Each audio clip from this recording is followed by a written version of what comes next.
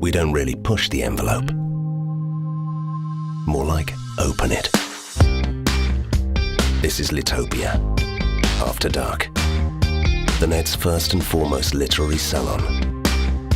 A feast of ideas for your hungry mind. So pull up a chair and let's talk. I've got so much left to say, but I'll take my words and walk away. Hey everyone, and welcome to Litopia After Dark. 2 weeks ago, we featured two intrepid polar explorers. Last week, one of Australia's brightest new talents joined us all the way from Melbourne. And this week, we continue to push the boundaries as we do something what we've never done before on Litopia After Dark. Over the past 3 and a bit years, we've introduced you to all varieties of writers, but there's one breed that's been conspicuously absent: scriptwriters. Well, tonight, we're going to remedy that. Bert Coules is one of the most successful radio dramatists of our time. So basically, if you've ever listened to BBC Radio 4's superb drama, you've probably heard Bert's work. For example, Bert dramatised the entire Sherlock Holmes canon of stories, and much more besides. Bert, let's get straight down to it. The question that everyone wants answered: of all the actors who have ever played Holmes, and I could mention Jeremy Brett, of course. Michael Caine did. Benedict Cumberbatch, most recently, quite a heartthrob. Peter Cushing did. Robert Downey Jr., he's in the cinema right now. John Gielgud did on radio some time ago. He did. Christopher Lee. Yeah. Most surprising to me was Leonard Nimoy. Mr. Spock did. Yes. Leonard Nimoy on American TV. Absolutely. Not at all a bad performance. Really? Never seen it. Yeah. And of course, we've got to mention Basil Rathbone, but I've actually omitted more in that partial list than I've included. Who is your favourite Sherlock Holmes? Oh, good grief, what a question. Well, I have to say Clive Merrison, don't I? Who plays Holmes in my and others BBC series. Why do you have to say him? Well, because he might be listening. I see. No, but because he is, and this is nothing to do with me, or not very much to do with me, he is a quite superb Sherlock Holmes. Yes. And to play Holmes with the range that he brings to it, just with the use of his voice, is a remarkable feat. There you go. You heard it from Bert. He's also the only actor ever to play Sherlock Holmes in dramatisations of all 60 stories. In any medium. 60 stories. That's extraordinary. Yep. More from Bert in a moment, but was that a hound I heard? Why, yes, it's our very own beast of Dartmoor from England's West Country. It's Dave Bartram. Dave, I'm betting your answer to the following question will be the giant rat of Sumatra, but I could be wrong. So here goes.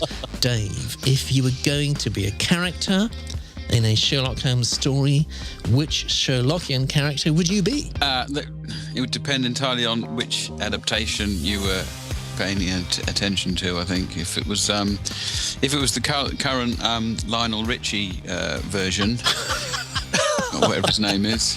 I think it's Guy Ritchie, but it's much the same. Oh yeah, same. Yeah. I'd go for Watson, but if it was the Basil Rathbone one, I definitely wouldn't go for Watson. So I don't know. I think I'd like to be some kind of cheeky Cockney incidental character. Maybe a Baker Street irregular. Indeed. Or whatever a that is. highly irregular, possibly, yeah. I thought it was some kind of motion. It might be. They have charts for that sort of thing, a number 6 and really? so forth. Yes, they do. More information than I needed. Ali, very, very welcome back. God, did we miss you last week. We did get through the show, but, I could have done a lot better with your help. Same question for you, really. I mean, who would you be? Bearing in mind, of course, the range of female characters in Conan Doyle's oeuvre is not that great. Well, actually, I was going to go for the giant rat of Sumatra. Oh, you were? No, Irene Adler, I reckon. A woman who outwitted Sherlock Holmes. I knew you were going to say that. Oh, a scandal in Bohemia. Can you imagine? Yes. That'd be great. I'd love to be involved in a scandal in Bohemia. The only woman to impress Holmes, actually. I think so. Yes, according to Watson, it's always referred to by Holmes as the woman. Kept her photograph. I think it's quite easy to get involved in a scandal in Bohemia. Just get invited to a garden party by Prince Philip. And you're there. Yes, Yes, I thought you'd say that, not Mrs. Hudson, of course, although Mrs. Hudson has her charms too, of course, mostly of the culinary variety. So join us for the next 40 minutes as we prove the truth in Holmes's dictum that when you have eliminated all which is impossible, then whatever remains, however improbable, must be the net's first and foremost literary salon, Litopia After Dark. Litopia needs your help. For the cost of a cappuccino a week, you can help us stay on the air. Click on the Support Us link now. Our guest tonight describes himself as 6'4", craggly handsome, and an inveterate liar. Bert Coules. Where did you dig that up from?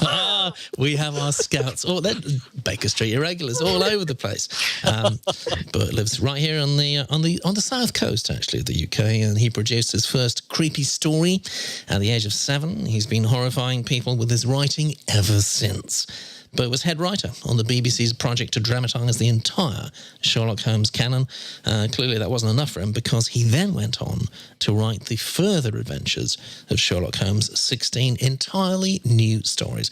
And apart from Holmes, Bert scripted and dramatised Ursula Le Guin's A Wizard of Earthsea, starring Judi Dench, The 39 Steps with Tom Baker, Mutiny on the Bounty, that sounds fascinating, with Oliver Reed and Roger Daltrey. Wow. Ian Rankin's Rebus, Ellis Peters' Brother Cadfael, and it goes on and on. Basically, if it's been on radio, Bert's probably had a hand in it somewhere. Oh, I wish that was true. It's not. How did it all start?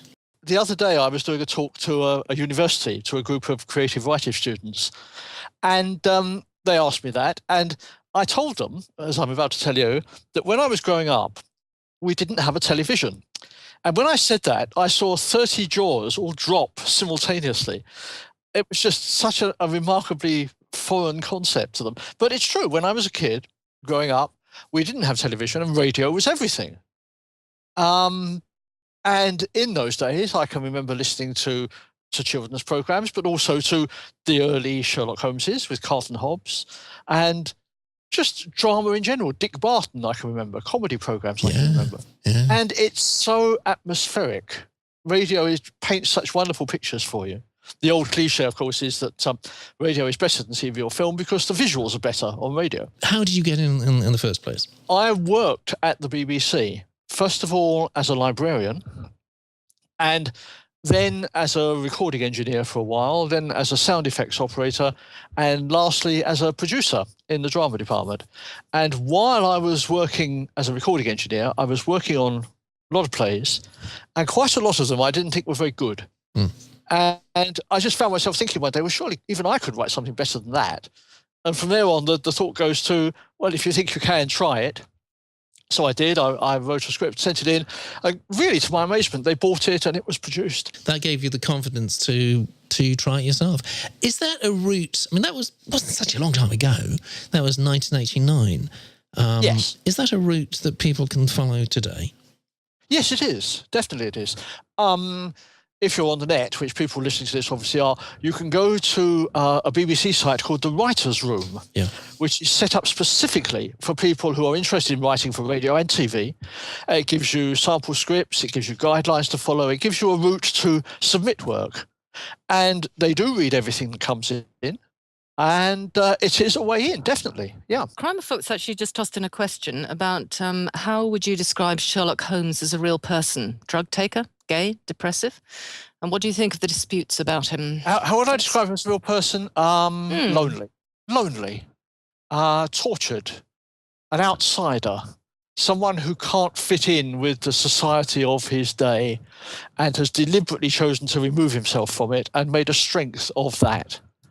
He's a man with only one friend. He's a man with no small talk. He's a man who doesn't fit into the world. Disputes about him. Disputes like, is he gay? Is he rude? That sort of thing. Yes, he's very rude. Yes, he's depressive. Yes, he's manic. Is he gay? I'm not sure you can answer that question about a literary figure. Probably the only person who could tell you that would be Sir Arthur Conan Doyle. And it's not the sort of question he would have addressed, I think. It's not, isn't it? No. But I recognised your name very, very late, actually, just over Christmas, when, I love listening to Holmes and all sorts of other things like that. And I heard one of your new Sherlock stories on the BBC iPlayer called The Abergavenny Murder. Ah, yes. And I thought to myself, this is just a classic piece of writing. It's essentially a two-hander, isn't it? And it happens in real time. Yeah, it's a two-hander that runs across the 45 minutes or so that the show runs. And the story, without giving too much away, is that Holmes and Watson are at home and they're bored and they're waiting for something to happen and nothing does. And then suddenly there's the classic ring at the doorbell and a client comes up the stairs and the client says one line and then falls down dead. Yes. And the thrust of the plot is what can they work out about who the man is, why he is there. And they do, between them, Holmes mostly, but Watson, of course, helping. And by the end of it, they know exactly who he is, exactly why he came, exactly what crime he was involved in, whether or not he was guilty, and what the police ought to do about it. Yes, it's an absolute masterpiece in deduction, but it's also just really, really good writing. I was just so impressed. Just wondering a little bit about the chap you've had a long-distance working relationship with. Let's just look for a few minutes about ACD himself. Now, some interesting facts and figures first before I ask you a key question. Arthur Conan Doyle's father suffered from epilepsy and alcoholism. Eventually, he died in an insane asylum. He actually died in the same year that Conan Doyle decided to kill off Sherlock Holmes, raising the possibility, I suppose, that Holmes might have represented something of a father figure, possibly, to Arthur Conan Doyle. His mum kept a boarding house, one of whose lodgers was a pathologist, Brian Charles Waller. It's speculated that Mr. Waller had a long affair with Conan Doyle's mother. Doyle was educated by the Jesuits. He served as senior physician of Field Hospital in the Boer War, wrote an impassioned imperialistic defence of that war, for which he probably received his knighthood. After the death of his son, though, in the First World War, he dedicated himself to spiritualism, writing and lecturing on the topic like mad, authoring a book in 1922 entitled The Coming of the Fairies, in which he supported the existence of the little people. And by then, of course, he was one of the richest writers in the world. So a man of many, many paradoxes, I think. Absolutely. When you adapt an author's work, you get closer to his mind than possibly anyone else in the world. You, Bert, have collaborated with Arthur Conan Doyle over time and space. And who knows, you might have even channeled him if his suppositions are right about spiritualism. What do you know about this man that we don't? I know that he was a much, much finer stylistic writer than he's often given credit for. The Sherlock Holmes stories he regarded as light reading, that he tossed them off, he sent them off to the Strand, that was it. He didn't want to know about them after that. That's why there were so many inconsistencies in the stories, that's why there were so many mistakes. He didn't think they were his real work. He thought his real work was the big historical novels that nobody reads anymore. He thought his real work were the non-fiction books, the history of the war and so forth, and particularly his histories of spiritualism. He is a marvellous, it's interesting, I say he is rather than he was. Yeah. He is a marvellous, marvellous stylistic writer. The writing in the Holmes stories, in the best of them, is clear and lucid and appears effortless. And I would love to know if it really was effortless or if a great deal of work went into it. We do have some manuscripts which include a great many, some of them, a great many crossings out, a great many recastings, a great many alterations. I suspect it wasn't effortless for him, but he had that wonderful knack that some writers have of making it look as though he just sat in a corner of the room and tossed off the story, and that was that. Isn't that wonderful? Yes. Yeah. Now, they're not really, in the modern sense at least, detective stories. No, absolutely. In some of them, there's no crime. And in many of them, the point of the story is not actually to find out who done it. Sometimes he just sort of tosses that in as sort of side information. So what is it about them that hooks us so much? They're not detective stories. They're stories about a detective. And there's an important distinction, I think. And more specifically, they're stories about a detective and his only friend. They're always called the Sherlock Holmes stories. Everyone calls them the Sherlock Holmes stories. They're not. They're the Sherlock Holmes and John Watson stories. If you take Watson out of the mix, it all collapses. He did try writing a few without Watson in. And on the whole, they're not successes. What hooks us? I think there are many things. I mean, the atmosphere, the period, the quite illusory idea that Victorian London was a wonderful place to live, which obviously it wasn't, unless you were one of the elite, unless you were particularly well off.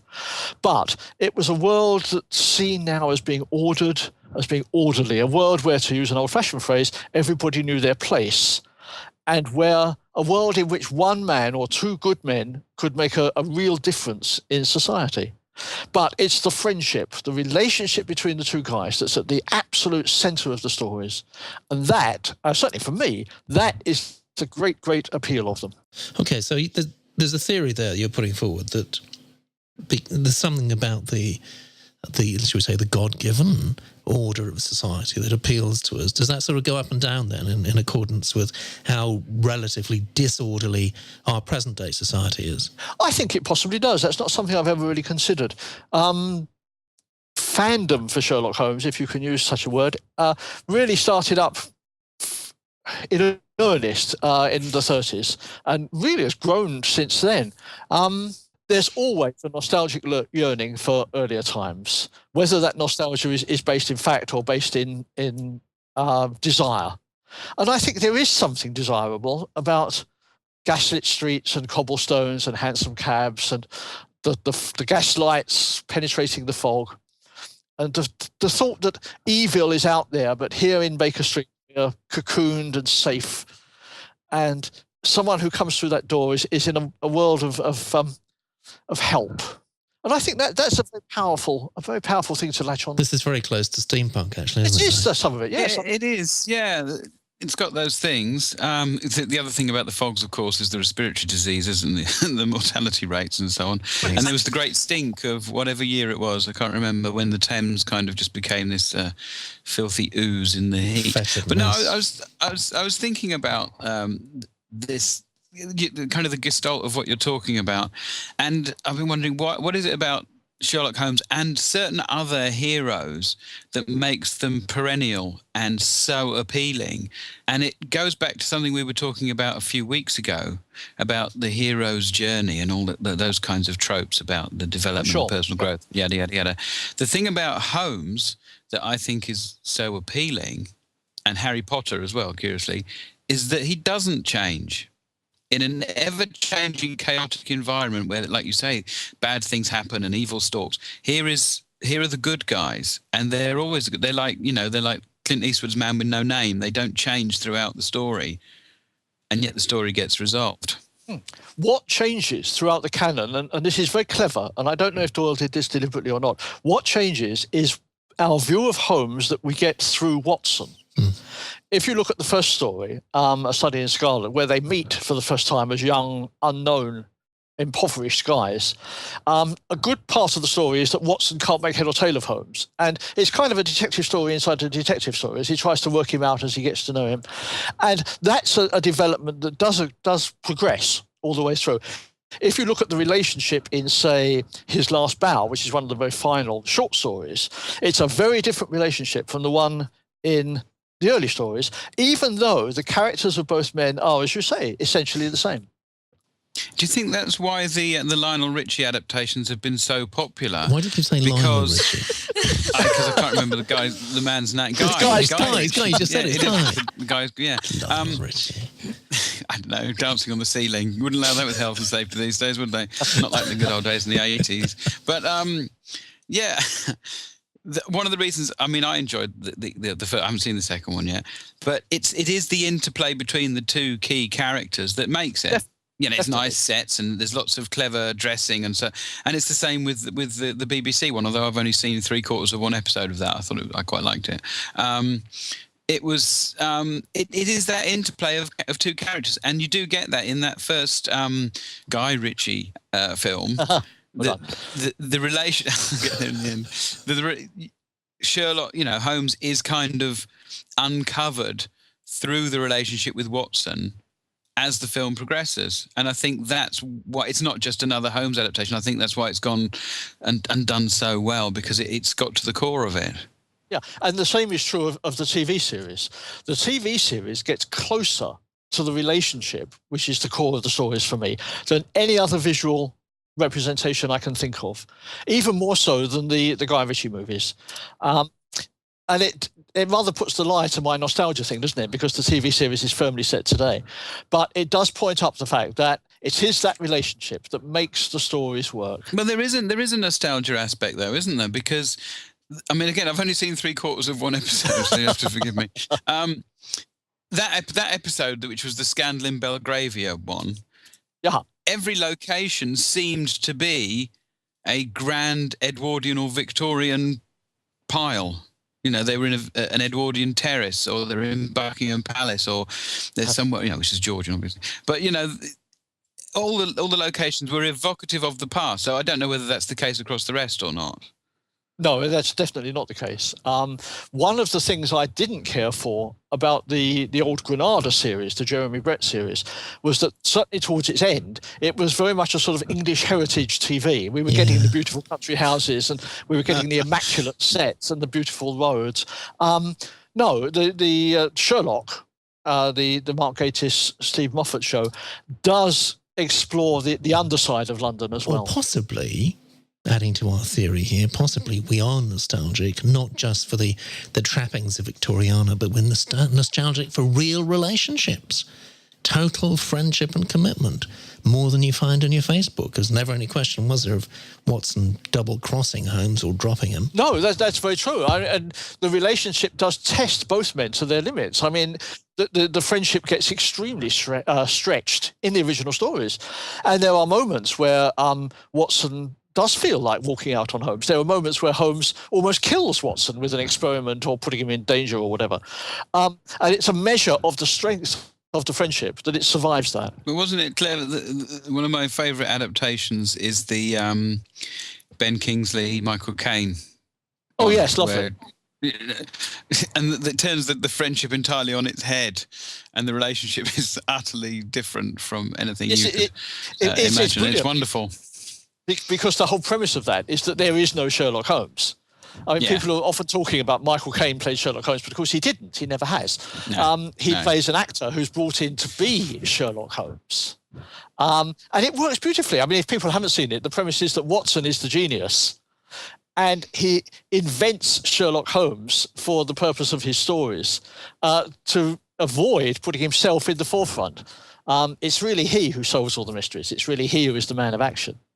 And it takes off, it rather runs away from him, and he has to suddenly produce Holmes. And he does so in this rather improbable form with this drunken actor played by Michael Caine. Yes. It's a wonderful film. Now, it's high time that we paid a trip to the Chow Room Alley. I'm sure you've got hundreds of things to say. Oh, absolutely. We're all sitting around in deerstalkers and smoking pipes and loving all this. Yes. Izzy wants to know if Bert approves of moving Sherlock in time, like the Nazi movies in World War II. Well, until comparatively recently, dramatizations of Holmes and Watson always put them in the time of the dramatization. It was very unusual when the first two Basil Rathbone movies were made that they were set in Victorian times. And it was an experiment which didn't last, because after the first two, they did move him firmly up into what was their present day. I don't disapprove it. If it works, I enjoy it very much. I think Sherlock is a triumph on BBC One. I don't personally care for the Basil Rathbone movies, but that's nothing to do with Basil Rathbone. Well, not much to do with Basil Rathbone, and not much to do with the updating. It's everything to do with the man who plays Watson.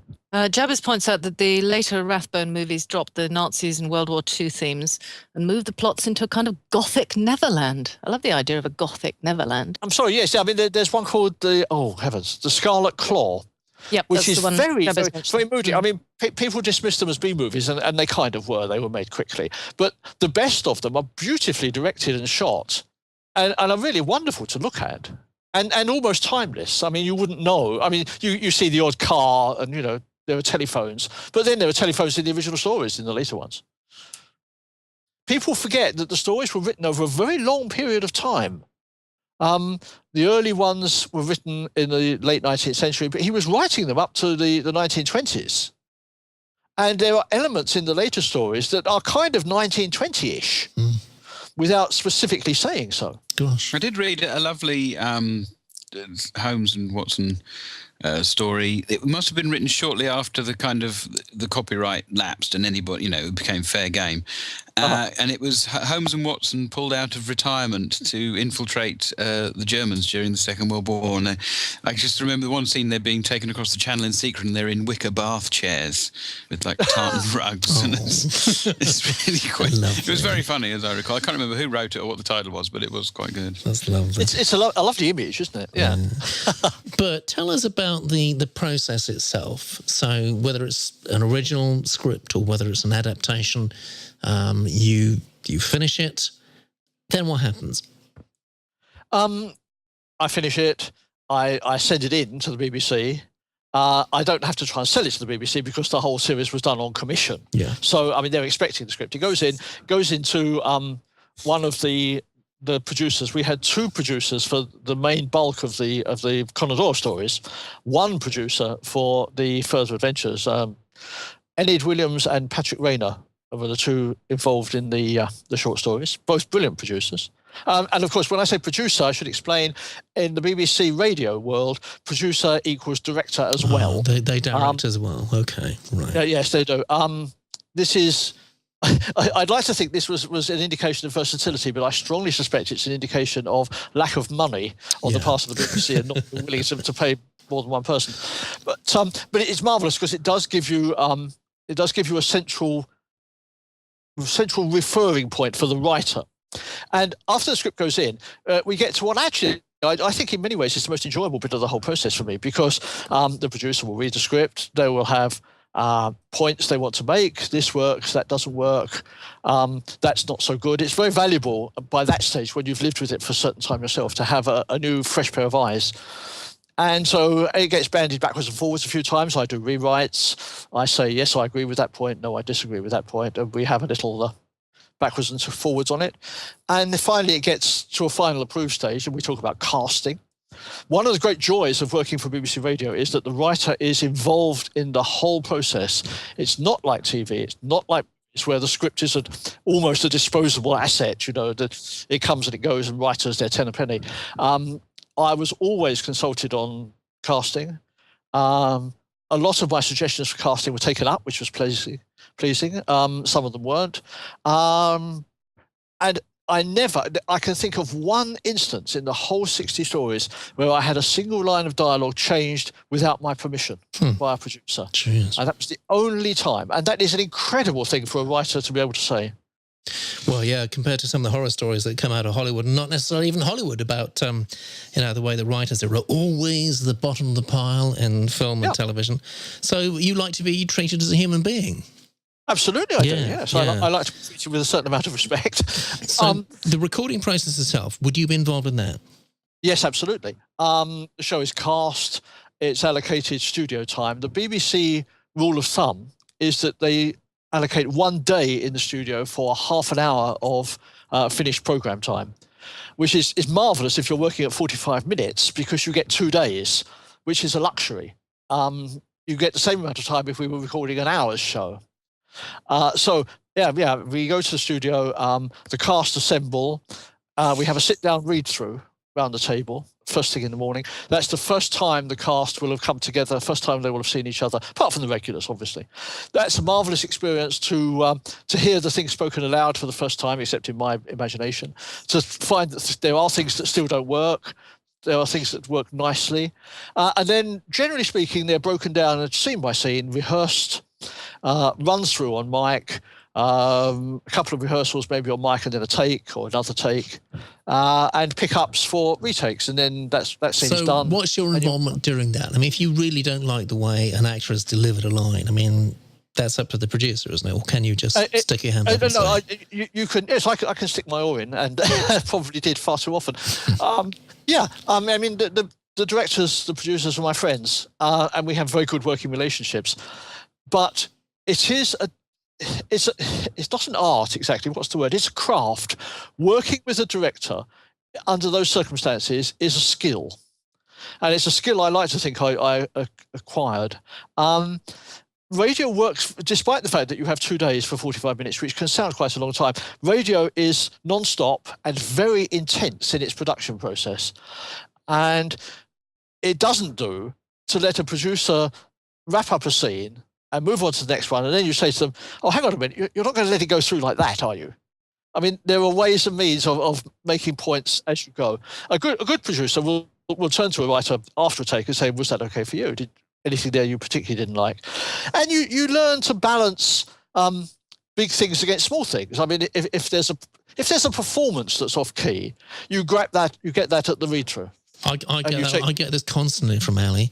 She says, Peter, your performance is just off key. Just do it again. God's sake. Have another crack. Yeah, exactly. You've said, actually, I have another little quote we've tracked down, but if I write anything that people will... He said, I'll write anything that people will pay me to write in any medium, quote. Absolutely. It's a bit cold-blooded. Have you been pigeonholed, do you think, by Sherlock Holmes in the same way, maybe, as Arthur Conan Doyle was? That's interesting. I think I might have become pigeonholed as a sort of crime and detective specialist a bit. I'm not. I've written other things as well. The Sherlock Holmes project has now pretty much officially come to an end. I don't think there are going to be any more further adventures. So my yoke to Sherlock and John is probably over. I still get approached for Sherlockian things. I had an email the other day asking me to contribute to a compendium of essays about the Hound of the Baskervilles, for example, which is very nice. That wouldn't have happened without my involvement in the radio shows. So if I am linked to them, I don't mind it in the slightest. I'm not in the position that Doyle was in, where people are ignoring, at least I hope I'm not, where people are ignoring my other work to the exclusion of Sherlock. Putting my other work aside for Sherlock Holmes. That doesn't happen with me. I get almost as much correspondence about the Brother Cadfaels, about the Ian Rankins, about the Isaac Asimovs, as I do about Holmes.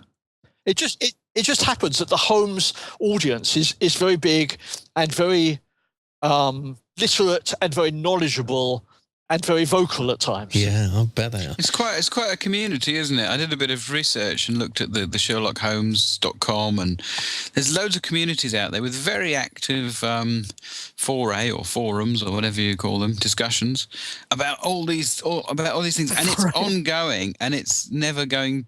It doesn't look like it's ever going to end, and it's an extraordinary legacy, I guess, and there's never going to be a waning of interest. It doesn't feel like it. No, I mean, Doyle created immortals.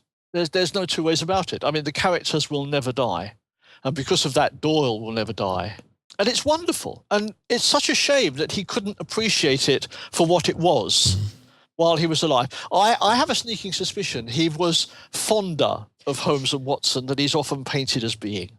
People will tell you that he hated Sherlock Holmes. I don't believe for a moment that he hated Sherlock Holmes. Made him very, very wealthy, didn't it?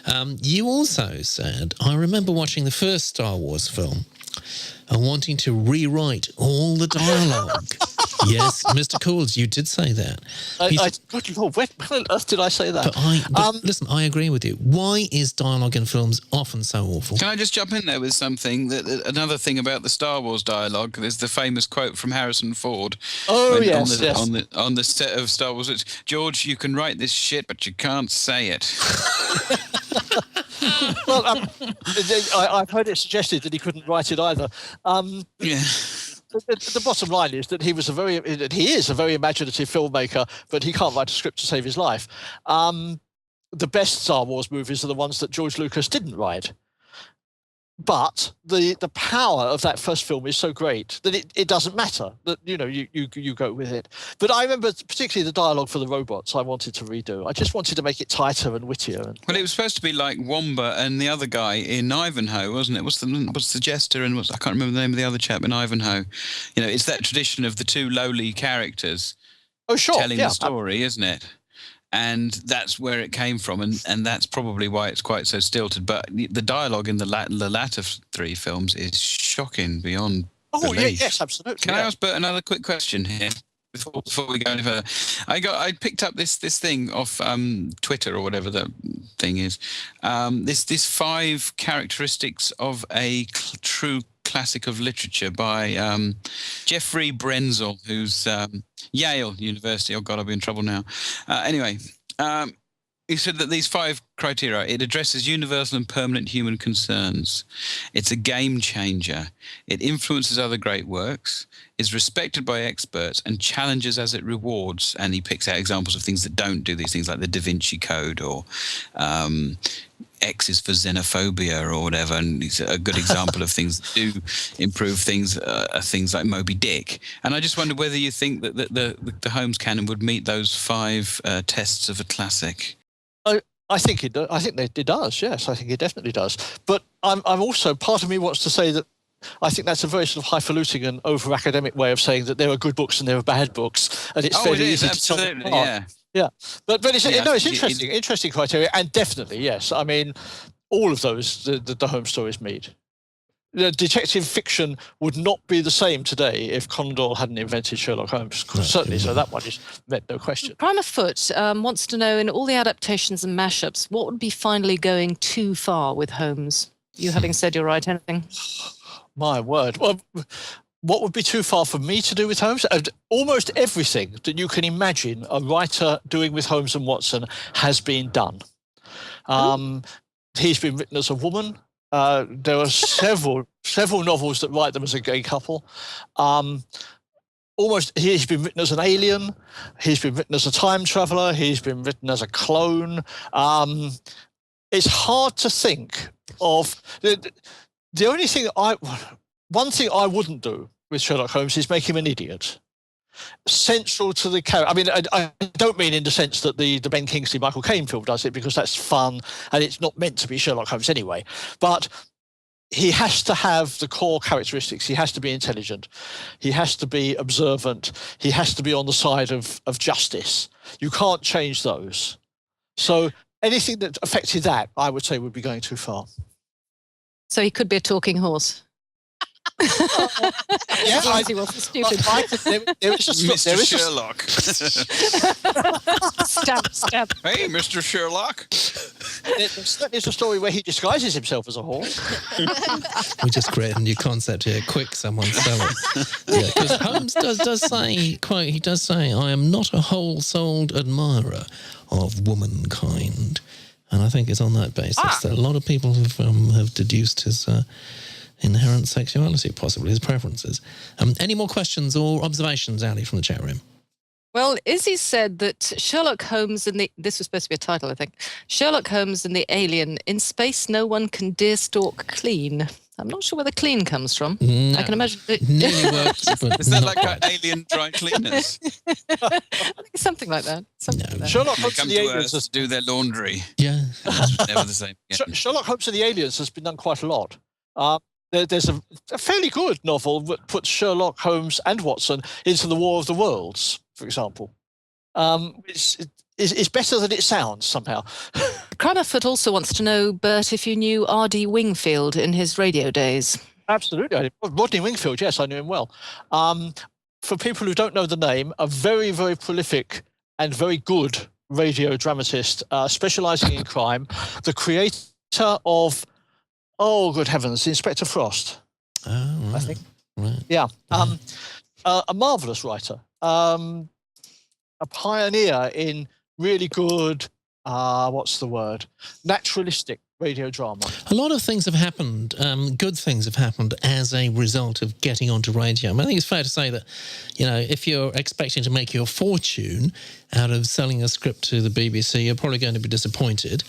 But, that's very... Yeah, but on the other hand, it gives you fantastic experience and many good things have happened subsequently. I remember driving through Newcastle one day and the person who's driving me just would not shut the radio off because this new thing called The Hitchhiker's Guide to the Galaxy was being broadcast. And it was just absolutely compelling listening, because that's how Douglas Adams got his amazing act going. Absolutely.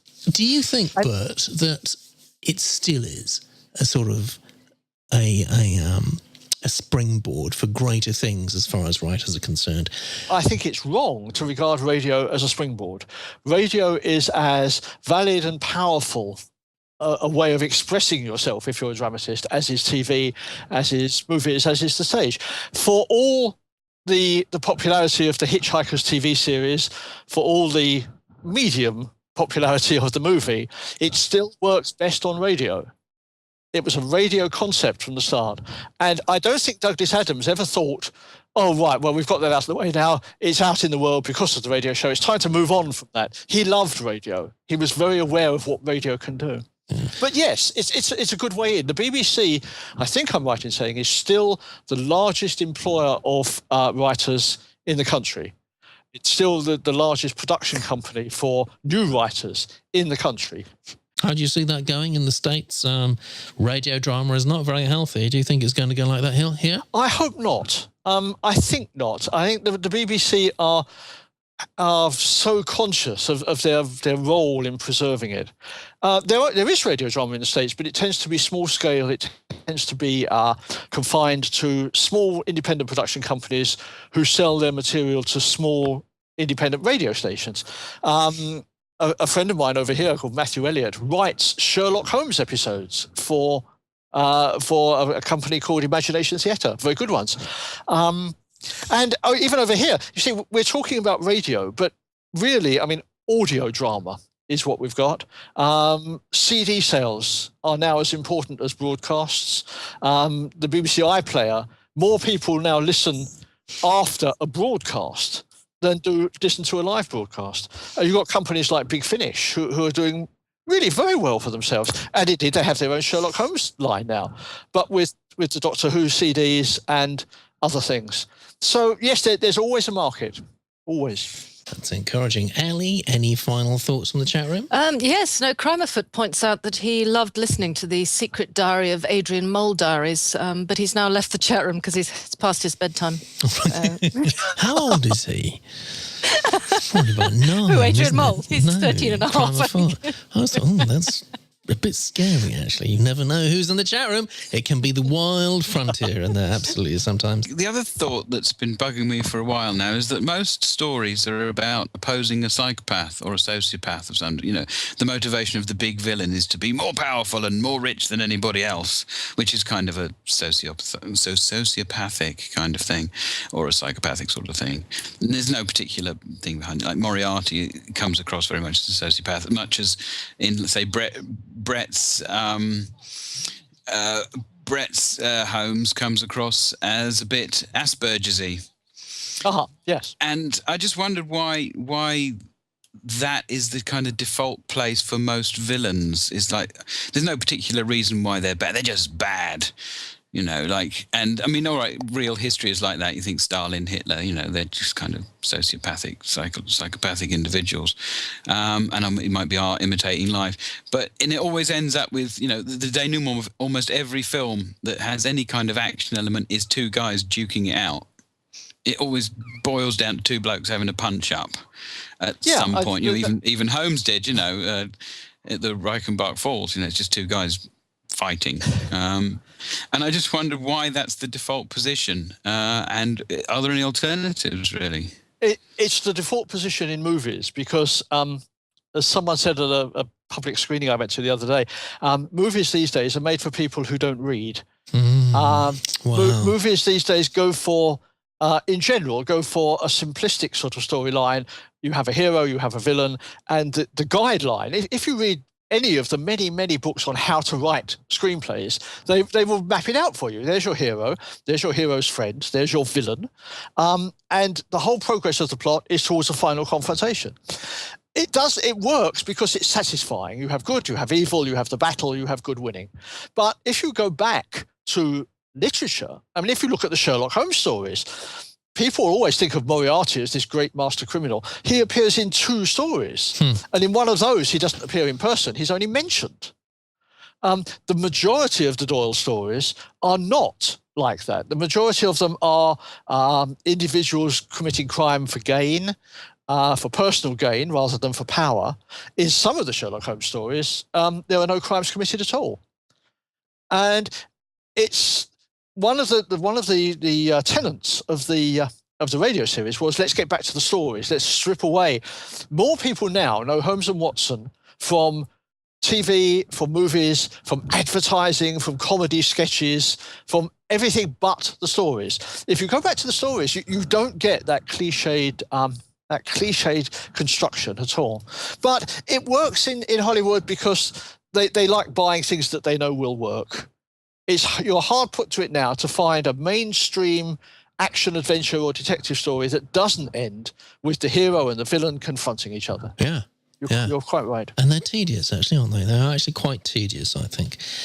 When you wish they would try something different for a bit. Yeah, you do. I mean, and it's also it's a computer game trope, isn't it? They call it the big boss scenario, where you work through X number of levels, you end up confronting whatever the huge thing is. I mean, I think about the one that was the most like a video game to me was Hellboy, where he literally ends up in this arena with this gigantic, many-tentacled thing, and you think this could be footage straight from a computer game because it's the same thing. He's wondering if Bert's noticed Doyle's tendency to give everyone enormous heads.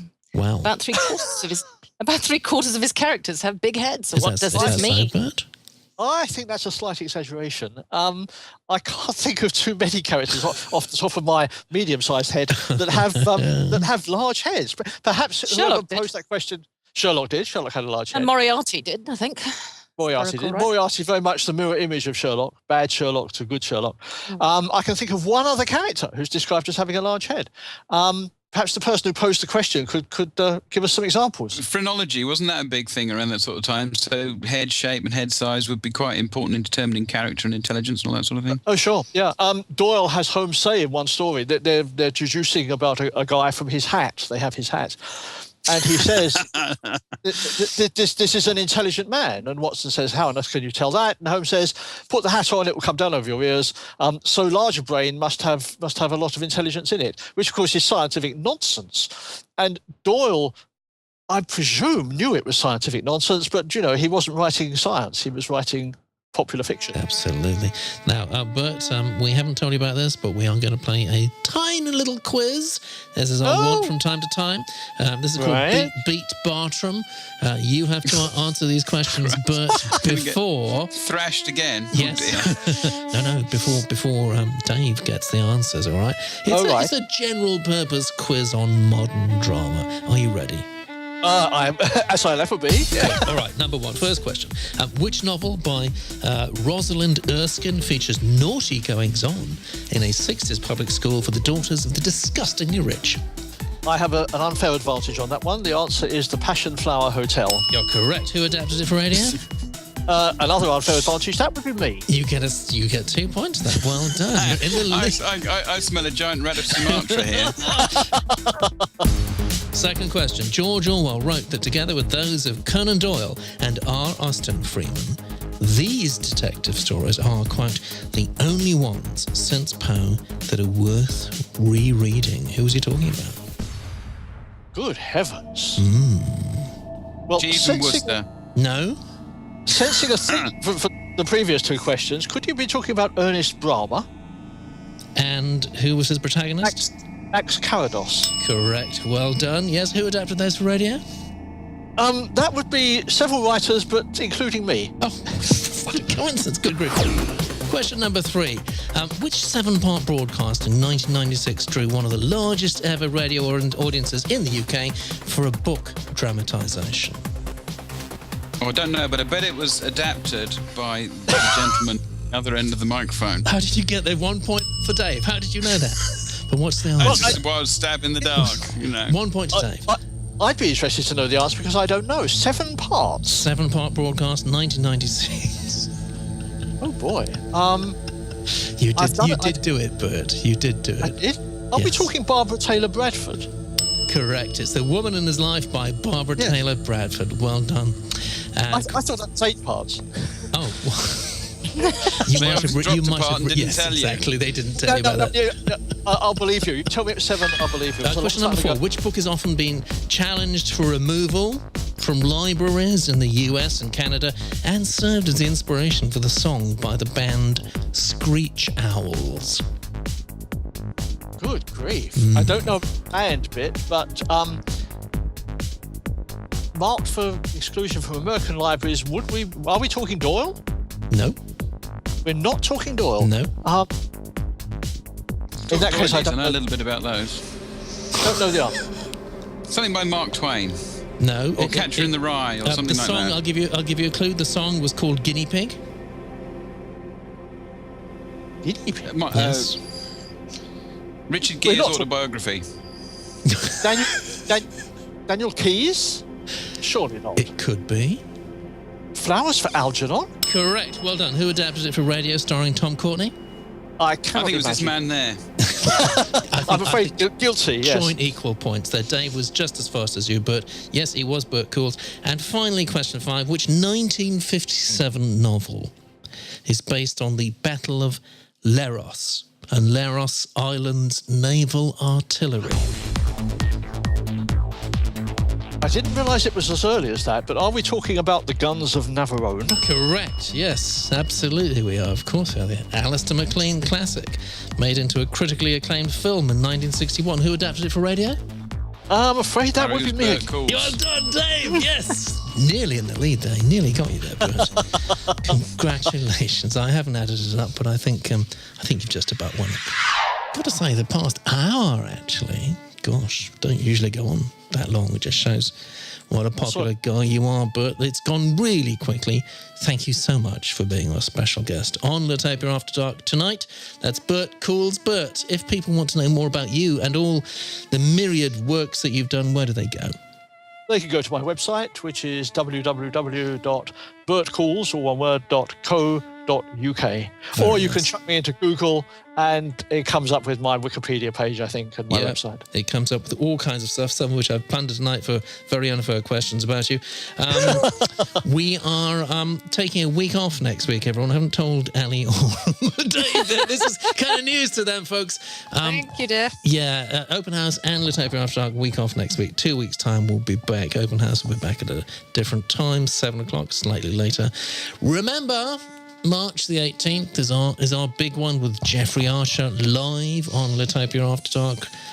Look forward to that. Make sure you get in the chat room early. There'll be lots of people wanting to talk to Jeffrey. We've had such a good time. Why don't we do it all again this time in 2 weeks' time? Good night, everybody. Good night. Night-night. Good night. I've got so much left to say, but I'll take my words and walk away. I've got so much left to say, but I'll take my words and walk away. Bring it all back like you want me to pay, and your eyes they say I should take the blame. There's only so many sorries that a person can say before you took my words and walked away. And if you've enjoyed the show you've just listened to, then please do us a favour. Pop over to iTunes, search for Litopia, and give us a good review. See you soon. Litopia needs your help. For the cost of a cappuccino a week, you can help us stay on the air. Click on the Support Us link now.